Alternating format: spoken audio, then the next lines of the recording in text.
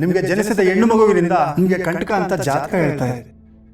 ನಿಮಗೆ ತುಂಬಾ ಹತ್ತಿರವಾಗಿರೋದ್ರಿಂದಲೇ ನಿಮಗೆ ಸಮಸ್ಯೆ ಕಾಡುವಂಥ ಸಂಭವ ಇದೆ. ಭೂಮಿಕಾ, ಇದೇನು ಇಷ್ಟೊತ್ತಿನಲ್ಲಿ ಹೀಗೆ ಯೋಚನೆ ಮಾಡ್ತಾ ನಿಂತಿದ್ದೀರಲ್ಲ? ಶಾಸ್ತ್ರಿಗಳು ಹೇಳಿದ ಬಗ್ಗೆ ಯೋಚನೆ ಮಾಡ್ತಿದ್ದೀನಿ. ನಮ್ಮ ಮಗಳಿಂದ ನಿಮಗೆ ಕಂಟಕ ಇದೆ ಅಂತ ಹೇಳಿದ್ರಲ್ಲ, ಏನು ಮಾಡೋದಂತಾನೆ ಗೊತ್ತಾಗ್ತಿಲ್ಲ. ಭೂಮಿಕಾ, ಒಂದು ಮಾತಿದೆ, ನಿಮಗೂ ಗೊತ್ತಿದೆ ಅನ್ಕೋತೀನಿ. ಹೊಳೆ ಅಡ್ಡ ಬಂದಾಗ ಅದನ್ನು ಹೇಗೆ ದಾಟಬೇಕು ಅಂತ ಯೋಚನೆ ಮಾಡಬೇಕಂತೆ. ಅವರು ಯಾವತ್ತೋ ಏನೋ ಆಗುತ್ತೆ ಅಂತ ಹೇಳಿದ್ರು, ಅದಕ್ಕೆ ಯಾಕ್ರಿ ಈಗಲೇ ತಲೆ ಕೆಡಿಸ್ಕೋಬೇಕು? ಈಗ ನೋಡಿ, ಮಗಳಿಂದ ತೊಂದರೆ ಆಗುತ್ತೆ ಅಂತ ಹೇಳಿದಾರೆ ತಾನೆ, ಅಂದರೆ ಅರ್ಥ ಏನು? ಮಗಳು ಬದುಕಿದಾಳೆ ಅಂತ. ಇದು ಗುಡ್ ನ್ಯೂಸ್ ಅಲ್ವೇನ್ರಿ? ನೋಡ್ರಿ, ಮಕ್ಕಳಿಗೋಸ್ಕರ ಅಪ್ಪ ಅಮ್ಮಂದ್ರೆ ಏನೇನೋ ಮಾಡ್ತಾರೆ, ನಾವು ಕಂಟಕ ಎದುರ್ಸೋಕ್ಕಾಗಲ್ವಾ? ನೀವು ಆರಾಮಾಗಿರ್ರಿ. ನೋಡಿ, ಒಂದು ಲೆಕ್ಕದಲ್ಲಿ ಅವ್ರು ಈಗಲೇ ಹೇಳಿದ್ದು ಒಳ್ಳೇದಾಯಿತು. ಅಟ್ಲೀಸ್ಟ್ ನಾವು ಪ್ರಿಪೇರ್ ಆಗಿರ್ಬೋದಲ್ವಾ? ಇದ್ದಕ್ಕಿದ್ದಾಗೆ ಆಗಿದ್ರೆ ಎಲ್ರಿಗೂ ಟೆನ್ಷನ್ ಆಗ್ತಿತ್ತಾ? ಈಗ ನಮ್ಮ ಎಚ್ಚರಿಕೆ ನಾವು ಇರ್ಬೋದು. ಒಂಥರ ಒಳ್ಳೇದಾಯಿತು, ಸುಮ್ಮನಿದ್ಬಿಡಿ.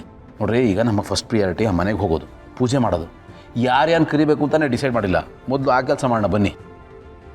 ಬನ್ನಿರಿ, ತಲೆ ಕೆಡಿಸ್ಕೊಬಿಡಿ. ನೋಡ್ರಿ,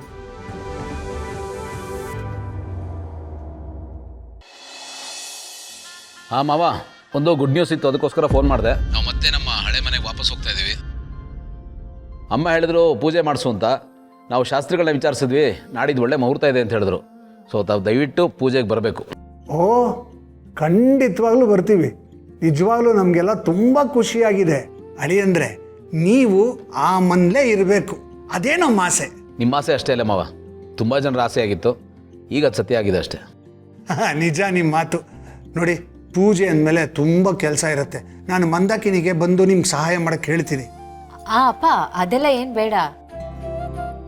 ಅಮ್ಮಮ್ಮನಿಗೆ ಹುಷಾರಿಲ್ಲ ಅಂತ ತಾನೇ ಅವರು ಅಲ್ಲಿಗೆ ಹೋಗಿರೋದು.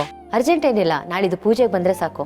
ಆ್ಯಂಡ್ ಹೆಲ್ಪ್ ಮಾಡೋದಕ್ಕೆ ಅಪೇಕ್ಷಾ, ಪಾರ್ಥ ಅವರೆಲ್ಲರೂ ಇದ್ದಾರಲ್ಲ, ನೀವು ತಲೆ ಕೆಡಿಸ್ಕೊಬೇಡಿ, ಸರಿನಾ?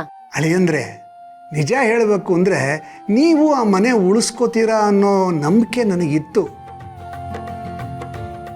ಆದರೆ ಮನಸ್ಸಿನ ಮೂಲೆಯಲ್ಲಿ ಒಂದು ಸಣ್ಣ ಭಯ ಇತ್ತು. ದೇವ್ರ ದಯ, ಭಯದ ಮುಂದೆ ನಂಬಿಕೆ ಗೆಲ್ತು. ಅದು ಹಾಗೇನೆ ಮಾವ, ಲೈಫು ಲಾಸ್ಟ್ ಮೂಮೆಂಟಲ್ಲಿ ಟರ್ನ್ ತೊಗೊಳುತ್ತೆ. ಬಟ್ ನಾವು ಅಲ್ಲಿ ತನಕ ಗಟ್ಟಿಯಾಗಿ ನಿಂತಿರಬೇಕು. ಮಿಕ್ಕಿದ್ದೆಲ್ಲ ತಂತಾನೆ ಆಗ್ತಾ ಹೋಗುತ್ತೆ ಅಷ್ಟೇ.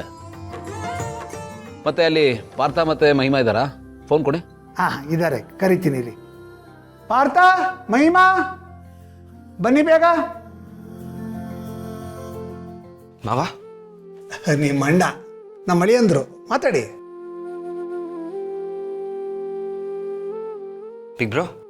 ಹಾಂ ಪಾರ್ಥ, ನೀನು ಮತ್ತು ಅಪೇಕ್ಷಾ ಬೆಳಗ್ಗೆ ಮನೆಗೆ ಬಂದುಬಿಡಿ. ನಾವು ಶಾಪಿಂಗ್ ಹೋಗಬೇಕು, ಒಂದಷ್ಟು ಪರ್ಚೇಸಿಂಗ್ ಎಲ್ಲ ಮಾಡ್ಕೊಂಡು ಬಂದ್ಬಿಡೋಣ. ಇದು ಮನೆ ಕೆಲಸ, ಅರ್ಥ ಆಯ್ತಾ? ಸರಿ ಬಿಗ್ ಬ್ರೋ. ಸರಿ, ಹಾಗೆ ಮಹಿಮಾಗೆ ಫೋನ್ ಕೊಡು. ಹಲೋ ಅಣ್ಣ. ಪುಟ, ನಾಡಿದ್ದು ಮನೇಲಿ ಪೂಜೆ ಇದೆ, ಎಲ್ಲರೂ ದಯವಿಟ್ಟು ಬರಬೇಕು, ತಪ್ಪದೇ ಹಾಜರಾಗಬೇಕು. ಇದು ನನ್ನ ಆರ್ಡ್ರು, ಅರ್ಥ ಆಯ್ತಾ? ಹಾಂ, ಸರಿ ಅಣ್ಣ. ಹಾಂ, ಹೇಳಿ ಅಳಿಯಂದ್ರೆ. ಅಯ್ಯೋ, ಖಂಡಿತವಾಗ್ಲು ಎಲ್ಲರೂ ಬರ್ತೀವಿ, ಅದರಲ್ಲಿ ಅನುಮಾನನೇ ಇಲ್ಲ. ಆಮೇಲೆ ಮಲ್ಲಿ ಹೇಗಿದ್ದಾರಂತೆ? ಹೌದಾ?